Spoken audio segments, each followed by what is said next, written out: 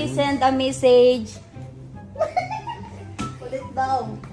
Hey Siri, send a message. Kay hindi, pag ilungguha nga tingog, Ron. Les! Sabi ko nga sa kanya eh. Amo na nga hindi yung mag-get. Sabi ko nga sa kanya. English kasi, English. Okay, try mo. Hey.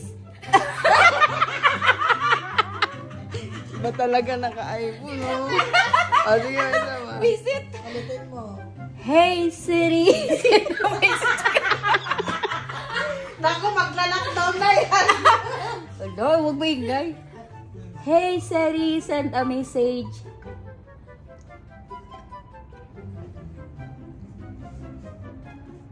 Ala, ulitin mo daw. Ano ba yan?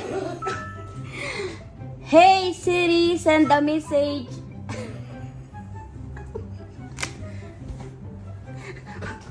Palitan mo yung language. White nga kasi. Hey, Sherry, send a message. Pag hey Siri, stop.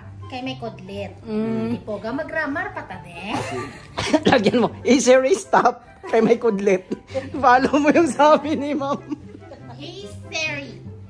Hey Siri, send a message.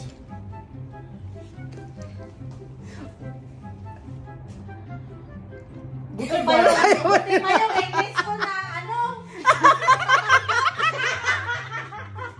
Hey Siri, Alam ko na send a bakit. message. Alam ko na bakit.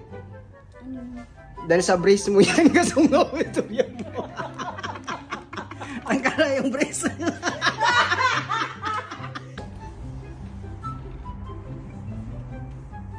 Wala pa rin ka.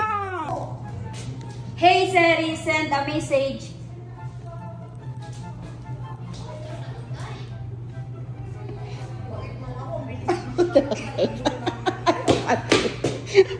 Atun sa office ka.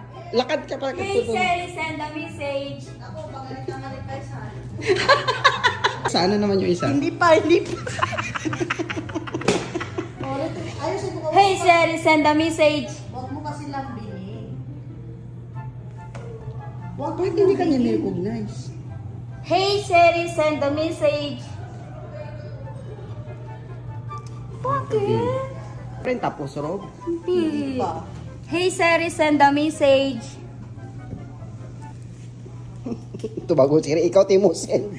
Hey Siri, send a message.